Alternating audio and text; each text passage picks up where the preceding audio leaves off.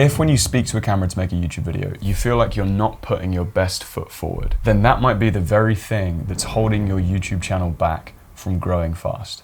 Sure, you need titles and thumbnails to get people in, but if you're not speaking in a magnetic way, then no one's going to come back to watch your videos. Think about the difference between creator A, who has a great YouTube strategy, but when people come in, they think, this kind of person's not that entertaining, they're not that authentic, the info's good, but the vibe isn't really there, versus person B, exactly the same strategy, exactly the same info, but oh wow, I've really vibed with this person, I get on with them, and there's something about them that just pulls me in and makes me want to watch them more, right? Who's gonna do better on YouTube?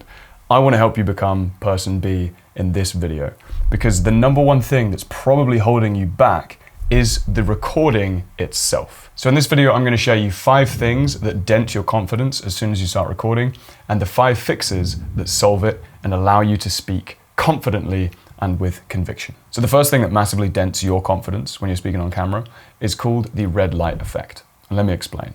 When I was about 20 years old, I was a videographer, and I had this one client who would send me out across London to shoot interviews with their clients to give them testimonial videos. And what this meant was I ended up filming a lot of everyday people who had had no experience talking to a camera before, and then getting them to speak on camera as best as I could within a short 10-minute window that I had to interview them. And the first few times, I can tell you, I was banging my head against the wall, because I'd go in and meet somebody, they'd have a firm handshake, big smile, nice charismatic, confident energy, but as soon as I'd sit them in front of the camera and press record, I'd watch them turn into a nervous wreck before my eyes. And they'd look at me and said, I'm not really used to speaking on camera. And they'd start sweating, messing up their words, saying, can we do that again? And I would get 0 good takes of them. And what I realized after a while was that when I would ask people warm-up questions and say, I'm not recording, they would do really good takes. And I would think, I wish I'd recorded that. That was better than all the other things you said afterwards. So guess what I started doing? I started saying, don't worry, I'm not recording, this is a warm-up take, and secretly be recording. And then afterwards, the warm-up take was 9 out of 10 times the best take of the whole day. So if you immediately want to come across as more magnetic when you make YouTube videos, try and do a throwaway take. So obviously you can't trick yourself into pretending you're not recording when you are recording, but what you can do is record and then do one take that you are saying, well, I'm recording just for the sake of it, but I'm literally not going to use this video, because you've fully planned and committed to doing the actual real take afterwards.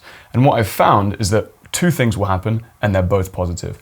Number one, because you're in this energy of I'm literally not going to use this, you come across as way more casual and your viewers can actually connect to you more because you're not trying at all. Or you realize, well, the warm-up take wasn't great because it was just a warm-up take, but now I've just gone through my lines, got used to the feeling of being recorded, and now I'm actually going to do the take. I'm way more prepared and able to speak better anyway. So your throwaway take might be the best take that you can use, or it just sharpens your thinking before the actual thing. By the way, if you want a 1-page talk to camera cheat sheet that you can print out and put on your wall and reference every time before you talk to camera, the link to download that is in the description below. It's already helped out thousands of people, might help you too. The second big mistake that will dent your confidence is going into performance mode as soon as you're being recorded. If you're like most people, you associate performance with pressure. And when you feel pressure, guess what you do? You perform.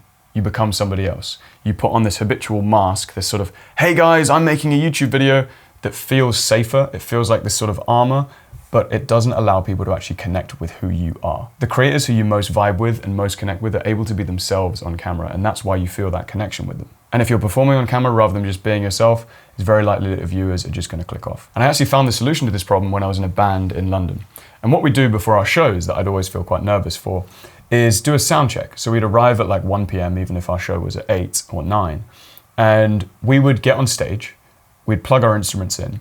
There'd be a couple of people watching us in the audience, i.e. they were like technicians, or they might be a manager or a couple of friends. And we just play through stuff very casually, making sure the levels are right, getting used to the microphones, but more importantly, getting used to the stage that we were actually on and getting used to being watched by people in that room. And so by the time the show actually started, being on stage felt kind of familiar. Being watched by people in the audience on that stage also felt familiar. And so the whole thing just reduced our nerves and allowed us to perform much better. And it turns out that you could do the same thing with you and your camera. You can do your own mini sound check, or what I like to call it is record and chill. And you pretty much do what it says on the tin.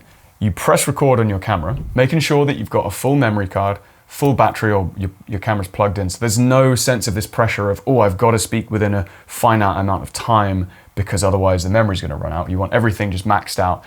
And you want to have this feeling of, cool, I'm recording right now and I can just do whatever I want. I'm getting used to the feeling of being recorded and not feeling pressure to perform. And in these 10 to 20 minutes, you can do things like doing a throwaway take, or you could chat to the camera about absolute nonsense.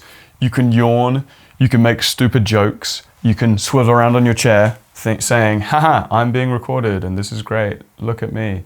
The idea here is that you kind of mess around and allow yourself to purposefully waste time, because this is literally teaching your brain that being recorded does not equal pressure to perform. The more that you can lean into that natural connective energy where you actually just feel good being recorded, feels chill, the more magnetic you are going to be when you speak. This isn't about amping yourself up and becoming somebody else. This is actually just becoming more and more you, because your magnetism already lives in you. You just need to relax to let it out. Confidence dent number 3 is the public persona trap. The more that you manage how you come across, the harder it is for your real personality to actually shine through. And the more your real personality can shine through, the more people are going to connect with you, keep watching, and keep coming back to your channel. So I have a program called the 30-Day Speaking on Camera Challenge. And the reason why I didn't make a program called the Speaking Theory Lectures is because you learn speaking, or you learn all of this, you learn being magnetic on camera through actually doing. And the best way to learn anything fast is getting a lot of reps in quite quickly, which is why in the 30-Day Challenge, you talk to camera every day for like 10 minutes. But very importantly, an exercise in the 30-Day Talk on a Camera Challenge is making a video to yourself. So rather than making a video that's like a practice for YouTube, thinking you're going to post it, or even making a video to post sort of privately in our private Facebook group, there's one specific exercise where I say, make a video for yourself and don't post it anywhere. And more importantly, make it with the knowledge that you're probably, if you want, you can just completely delete it after making it. And then just see who comes out on camera when you make that video. And dozens of my members have gotten back to me saying how powerful that exercise is and how much it changes how they speak. We as human beings, we're very socially adaptable and we speak differently depending on who we're talking to. And so it's an incredibly useful self-awareness exercise to get to know who you are and how you speak when you know no one's going to watch. And so the fix to the confidence dent number 3 is to make a private video. Do this exercise yourself. Make a video knowing that you're going to delete it afterwards. This is going to help you bring that natural side of your personality out and help you start to erode and break down any kind of public persona that you've been putting on. Confidence dent number 4 is feeling like a deer in the studio headlights. What if I told you that maybe the most relaxed, magnetic version of you already exists on camera, but it just exists in another environment that you're not quite used to? Steve Jobs, back in the day, would often have this 10-minute rule where as soon as he was stuck in a meeting or stuck with a problem, he would say, let's go for a walk. And he would go outside, go for a walk around his nice California campus base or wherever it was.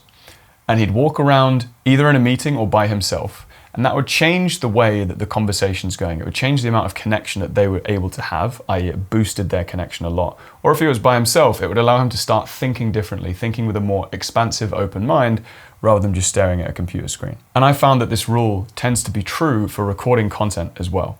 As soon as I go outside to record a video, I notice my energy change. I notice my thinking change. It becomes slightly more expansive. It becomes more open. And the way that I'm able to communicate feels different if I'm shooting a video in a forest or by a beach or in a city versus stuck here in my studio. Now, obviously there's practical limitations to shooting outside the whole time. That's why I do often shoot in the studio, because it's easier, but it's because I'm used to it now. Being in a studio with a big light and a camera doesn't feel like pressure to me. But if it still feels like pressure to you, you might just need to change up your environment and see how you speak to camera away from your studio. Because your studio setup might signal to you and your brain that we're live, it's time to go, the red light is on, let's perform, which might be exactly what is keeping your viewers repelled from your videos. So feel free to get out, explore, have fun, and figure out which environment brings out the best version of you. Confidence dent number 5 is arguably the biggest and most important, and it's called mistake fragility. And if you don't master the fix I'm about to show you, this will keep you feeling on edge whenever you're recording. Whenever you sign up to a new martial art, often the first thing that they do is teach you how to fall. If you're not somebody who's used to falling or rolling around on the floor, then falling down can actually feel pretty scary. Like if you're 30, 40 years old and you haven't played like a kid in a long time, and then suddenly you're being pushed over and falling on the floor. If you don't know how to fall, it's pretty terrifying. You're scared of getting injured, scared of like bumping your head or twisting your wrist. And so they teach you how to fall safely and effectively, not only for safety, but also for your psychology. Because once you're able to feel safe falling down and doing it in a safe way, it massively boosts your confidence, because then you're not afraid to fall anymore. Instead, you fall as a natural part of your ongoing sparring or fighting, and you get up. And if you're always scared of making mistakes, it makes you never relax. And so the fix to this confidence dent is called the no restart rule. And what that means is you get in regular reps where you speak to camera for 10 minutes and do not restart. And whether you decide to do this for your actual YouTube videos and make one-take YouTube videos or not, having this skill is really important, and it translates over into any kind of video that you want to make. Having the ability to speak for 10 minutes, run into mistakes, and either lightly brush them off or just keep talking and not even acknowledge that they're there and keep going is so important for your confidence. It allows you to have that ability to improvise. And when you have the ability to improvise on camera and just talk through anything, that's when you really start feeling confident, because you know that you can handle anything that comes your way. If you want to embark on your own 30-day talking to camera challenge, the link to join us is in the description below. There you're going to be making a 5 to 10 minute video every day and getting used to this no restart rule, building bulletproof confidence, and allowing your most magnetic self to come out with every single video that you make. So let's go. And if you want to download that talk to camera cheat sheet to have on your wall before you next talk to camera, the link to that is in the description below as well.